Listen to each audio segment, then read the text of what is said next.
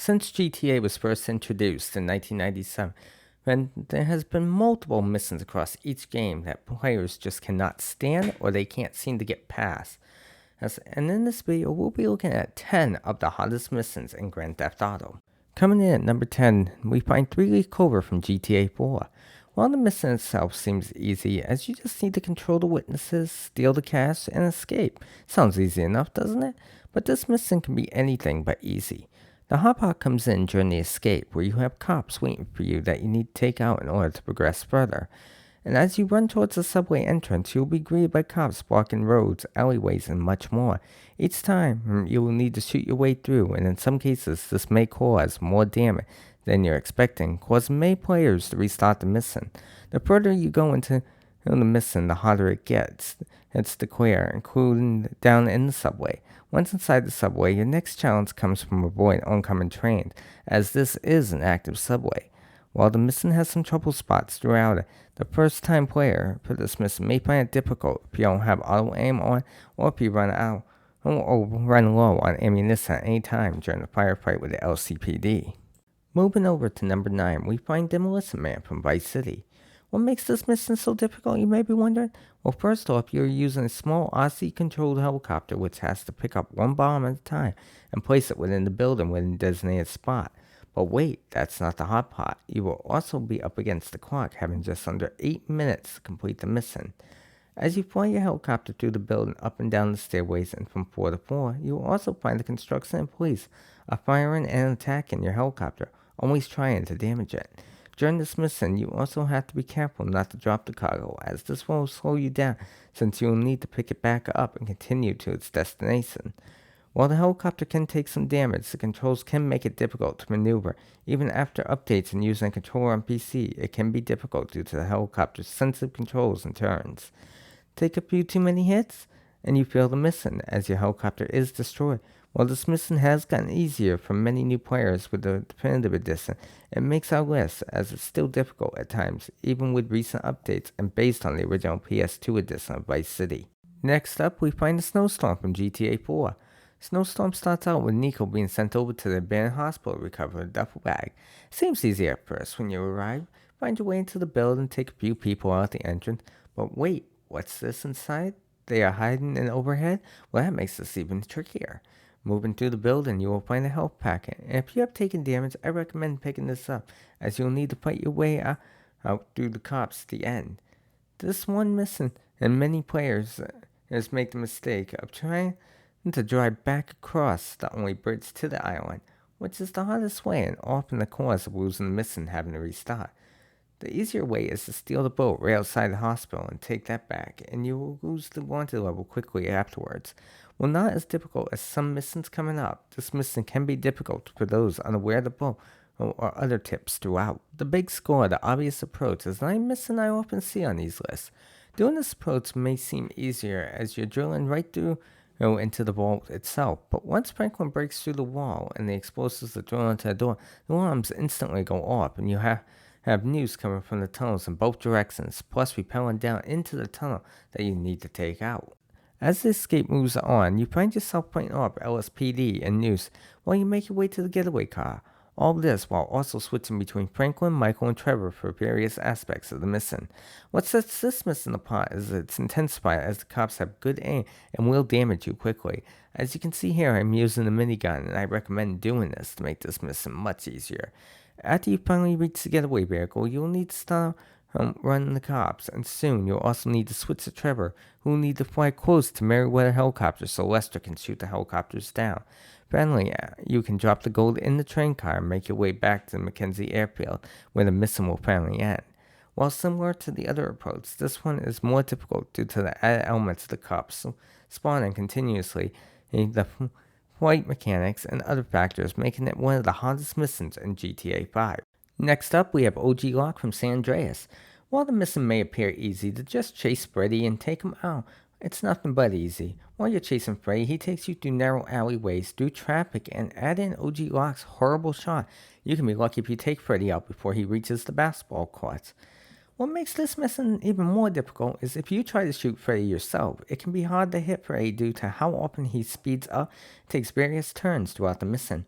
And if you're wondering if you can just go right to the basketball courts, of course not. This is GTA. We can't have anything like that and make it easier than it needs to be. The next hot pot is hitting any vehicles or objects can send CJ and OG lock flying, and the lock is so slow getting back on the motorcycle. This often leads to Freddy getting away and the mission being over, resulting in having to restart it. While nothing like supply lines, this mission is still considered one of the hotter San Andreas missions 20 years later. No list is complete without mentioning S.A.M from GTA 3, and how many times most players need to restart this mission due to how difficult the plane is to shoot down to collect its cargo. While the plane has a timer showing how long before it reaches you, the hardest part is getting to the dock, getting the boat and the homing launcher if you need it, and getting to the buoy before the plane arrives. Once at the buoy, you need to wait for the plane to approach and shoot it down, which often results in missing the plane or taking multiple shots.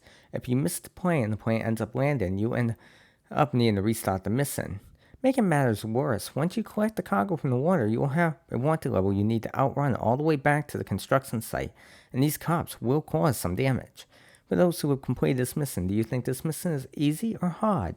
Let us know in the comments below. Coming in at number 4, we find San Andreas Driving School. While the mission starts out simple with break and turn maneuvers, this quickly changes as you move into the pit maneuver, doing laps where you can't hit the cones or stop because hitting the cones will cause a damage penalty and stopping will make the obstacle fail. But moving further in, we find some of the hardest skills you need to master by getting at least bronze to beat the challenge. This includes parking between two cars by hitting the brakes just the right time, skidding into place. Next, we have the final objective, which involves hitting the ramp and doing a barrel roll, all while landing the car with no damage and within the desired area. While many put point school on these lists, I find that advanced driving school is much harder to master, even harder than boat school and others. What do you think?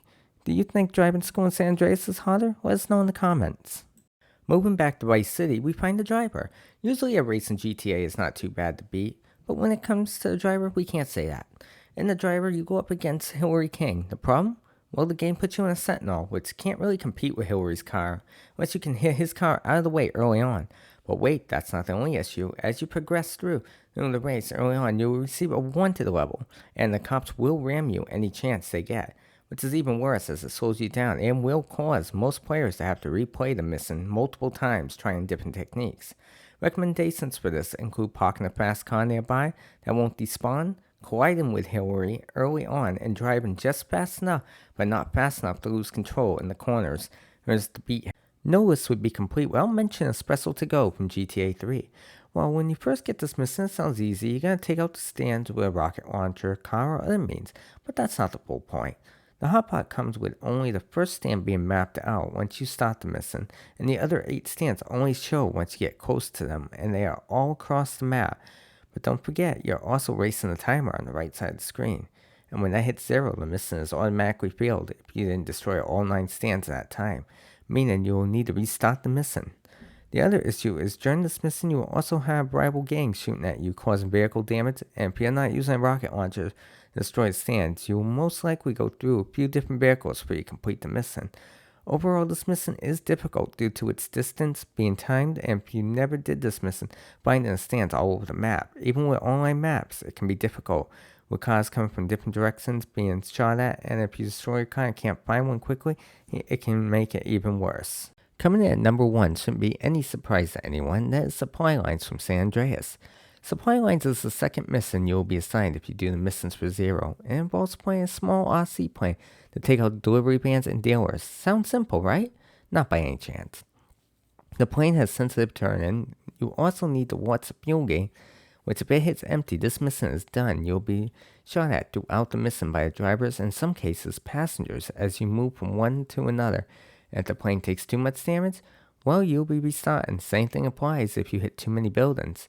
When flying the plane, whether you're using a keyboard controller on PlayStation or an Xbox controller, this RC plane is a nightmare to fly. From how difficult the plane is to fly and shoot with, to how sensitive the controls are to land, take off, and turn, and it makes this mission one of the worst in San Andreas. I've heard mobile is easier, but I cannot verify this, as I have only played this on PC and PlayStation.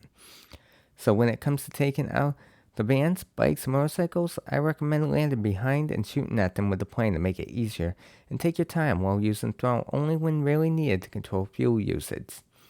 So that's it for this video. Oh, if you haven't already, we'd appreciate it if you hit that like button, and if you subscribe to the channel, it really helps us out, and I will catch you in the next one.